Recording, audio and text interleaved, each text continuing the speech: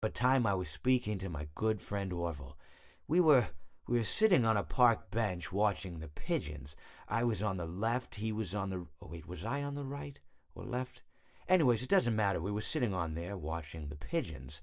And I said to Orville, "Friend, those birds are frozen."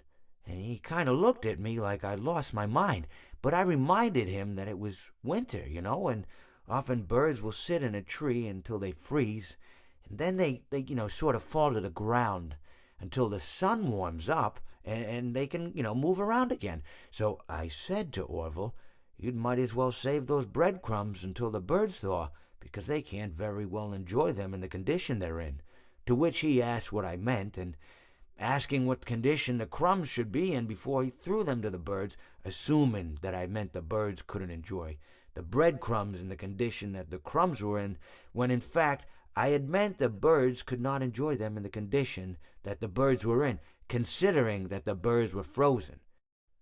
So he took a moment and then threw his last handful onto the ground. I said to him, "Orville, why did you throw the breadcrumbs to the birds when I just told you they're frozen?"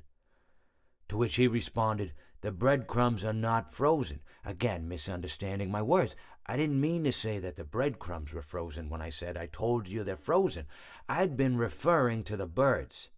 In hindsight, what I should have said was, and this would make perfect sense, "Why did you throw the breadcrumbs to the birds when the birds are frozen?"